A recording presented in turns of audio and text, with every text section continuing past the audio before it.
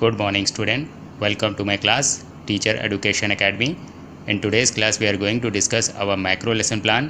आज मैंने नंबर नहीं डाला है, ये केमिस्ट्री का macro lesson plan है क्योंकि आज जो स्किल हम प्रेजेंट करने जा रहे हैं वो है डिमॉन्स्ट्रेशन स्किल। इस पर एक पहले भी वीडियो बना चुके हैं तो आज उसका रिवीजन है। चलिए स्टार्ट करते हैं। तो सबसे पहले हम लोग टॉप पर माइक्रो लेसन प्लान लिखेंगे, फिर उसके बाद डेट लिखते हैं। आज की डेट है 1/10/2021। सब्जेक्ट केमिस्ट्री, हम लोग साइंस का एक प्लान बना रहे हैं, उसमें हम केमिस्ट्री और फिजिक्स पढ़ते हैं तो आज केमिस्ट्री का प्लान है। टॉपिक मैं बताऊंगा कब लिखना है। क्लास, ये 6 क्लास का प्लान है और पीरियड सेकंड है और ड्यूरेशन क्योंकि मैक्रो लेसन प्लान है 6 मिनट का होगा। और स्किल जो हम परफॉर्म करने जा रहे हैं वो है डिमॉन्स्ट्रेशन स्किल। तो सबसे पहले हम क्या लिखते हैं, उसके कंपोनेंट्स लिखते हैं।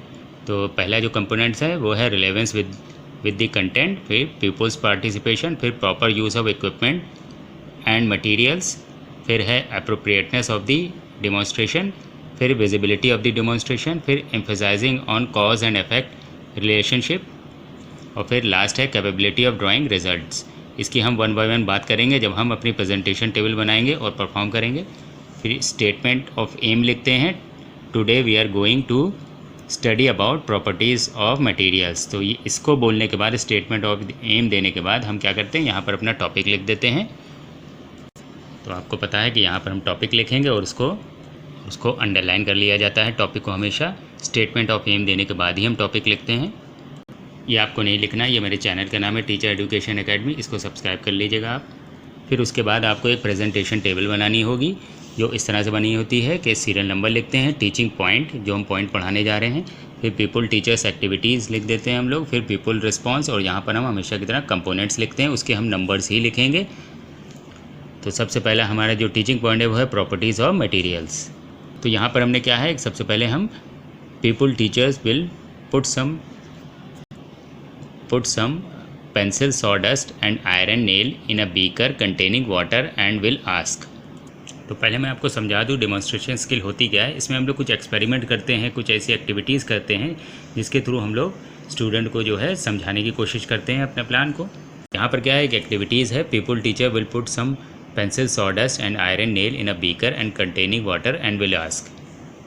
तो मैंने क्या किया, एक बीकर लिया इस तरह का, उसमें पानी भर दिया। तो इस तरह से एक बीकर है, उसमें पानी है, और फिर मैं क्या कर रहा हूँ, उसमें कुछ जो है मैं पेंसिल की जो डस्ट होती है जो मैं छील के मैं निकालते हैं कटर से, मैंने कुछ उसको डाला, और फिर उसके बाद कुछ आयरन नेल्स को मैंने डाल दिया इसके अंदर।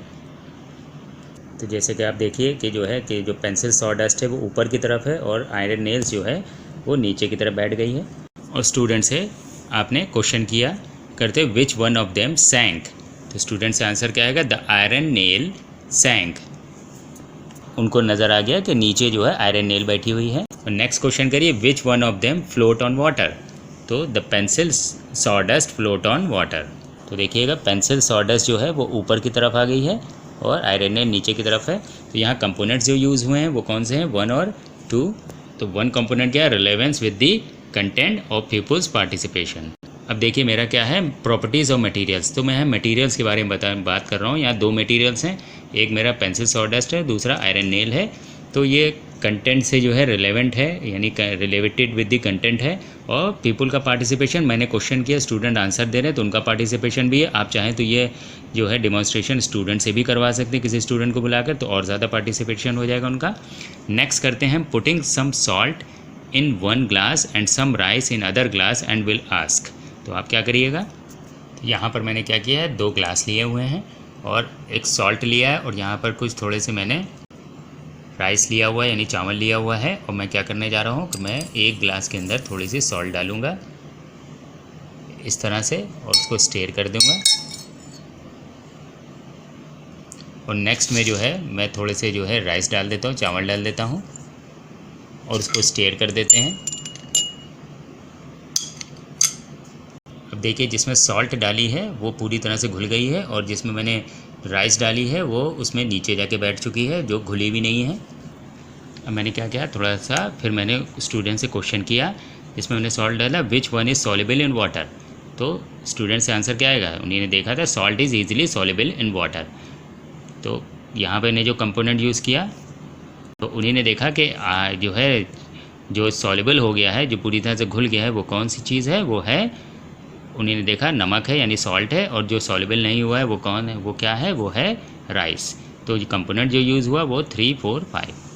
अब 3, 4, 5 क्या है, proper use of equipments and materials. तो मैंने जो भी यूज़ किया, देखिएगा मैंने सॉल्ट यूज़ किया, राइस यूज़ किया और मैंने ग्लासेस यूज़ किया। तो मैंने proper use of equipments and material, मैंने प्रॉपरली मैंने इनका यूज़ भी किया, डेमोन्स्ट्रेशन का है मैंने सही से परफॉर्म किया। और फोर्थ क्या है, अप्रोप्रिएटनेस ऑफ द डेमोन्स्ट्रेशन, मेरा डेमोन्स्ट्रेशन जो था अप्रोप्रिएट था, कि मेरे टॉपिक से रिलेटेड था, और विजिबिलिटी ऑफ द डेमोन्स्ट्रेशन। तो आप जब भी ये परफॉर्म करिएगा तो क्लास में जो है स्टूडेंट्स को दिखाई देना चाहिए। तो मैंने जैसे आपको अपने वीडियो में, क्योंकि मैं वीडियो बना रहा हूँ, आपको नज़र आ रहा होगा आसानी से मेरा डेमोन्स्ट्रेशन एकदम क्लियरली, तो आप स्टूडेंट आपके सामने जब किएगा तो एकदम क्लियर नज़र आना चाहिए उनको डेमोन्स्ट्रेशन आपका। तो विजिबिलिटी ऑफ द डेमोन्स्ट्रेशन भी था। फिर लास्ट क्या है, showing a steel glass and अ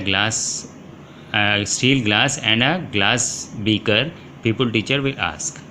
तो आप क्या करिएगा, स्टूडेंट को इस तरह से ग्लास दिखाइएगा, स्टील का ग्लास, और आप एक बीकर जो है, ग्लास का जो बना हुआ बीकर है और स्टील का ग्लास है, इसमें थोड़ा थोड़ा सा आप पानी भी भर सकते हैं। और स्टूडेंट से को दिखाने के बाद आप क्वेश्चन करिएगा, which material we can see through, यानी किस मटेरियल के हम आर पार देख सकते हैं, ये क्वेश्चन था मेरा। तो स्टूडेंट से आंसर क्या आएगा, we can see through the glass beaker. तो क्योंकि उन्हीं ने तो ये बीकर था ग्लास का, उसी के थ्रू देख सकते, और स्टील ग्लास के आर पार नहीं देख सकते हैं। तो यही आंसर आना है स्टूडेंट से। और मेरे कंपोनेंट 6 और 7 यूज़ करें। अब 6 क्या है, emphasizing on cause and effect relationship. देखिए मैंने स्टूडेंट से क्वेश्चन कर रहा हूँ और उनको डिमॉन्स्ट्रेशन कर रहा हूँ, और मैं क्वेश्चन कर रहा हूँ तो कॉज एंड इफेक्ट रिलेशनशिप में जो है एम्फेसाइज कर रहा हूँ ज़्यादातर। इसका क्या कॉज है, तो दो cause and effect relationship student आसानी से समझ रहे हैं। और फिर कैपेबिलिटी ऑफ ड्राइंग रिजल्ट, जो भी मैं दिखा रहा हूँ तो उसका रिज़ल्ट, जैसे मैंने उन्हें ग्लास दिखाया तो वो ग्लास के थ्रू देख सकते हैं, स्टील के थ्रू नहीं देख सकते हैं। तो वो क्या है, रिज़ल्ट भी अपनी तरफ से ड्रॉ कर ले रहे हैं, बना ले हैं, रिज़ल्ट के भी कंक्लूजन तक भी पहुँचे जा रहे हैं। तो यहाँ मैंने सारे कंपोनेंट यूज़ कर दिए। उसके बाद आप क्या करेंगे, एक एक्सप्लेनिंग करेंगे, यानी एक्सप्लेनेशन देंगे कि there are various properties of materials, some material sinks in water like iron nail, but some floats like pencil sawdust. Some materials are easily dissolved in water like salt, but others are not. Like rice, they are known as soluble and insoluble materials. Some materials are transparent like glass beaker, and some are opaque like steel glass.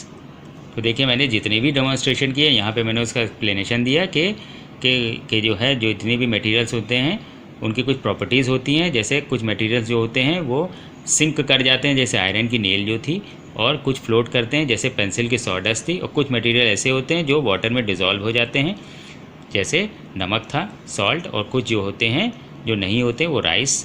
फिर कुछ ऐसे होते हैं जो soluble होते हैं, कुछ insoluble materials होते हैं, और कुछ ट्रांसपेरेंट होते हैं मटेरियल्स, और कुछ होते हैं ओपैक जिनके थ्रू हम देख नहीं सकते हैं उनके आर पार, जैसे स्टील का ग्लास हो गया।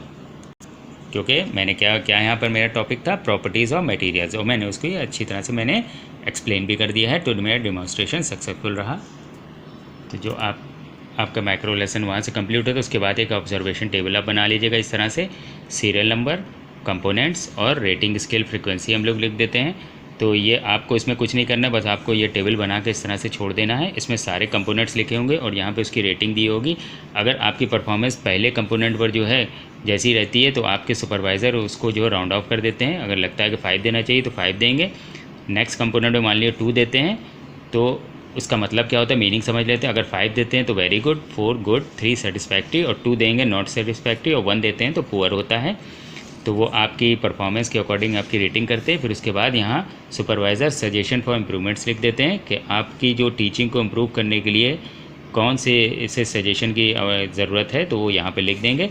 फिर उसके बाद अपनी सिग्नेचर कर देते हैं। आपका माइक्रो लेसन प्लान यहाँ पे कंप्लीट हो जाता है। तो आज के क्लास के लिए बस इतना ही रखते हैं। आई होप आपको समझ में आया होगा। जो भी डाउट्स होंगे आपके पहले के वो क्लियर हो चुके होंगे। Thank you.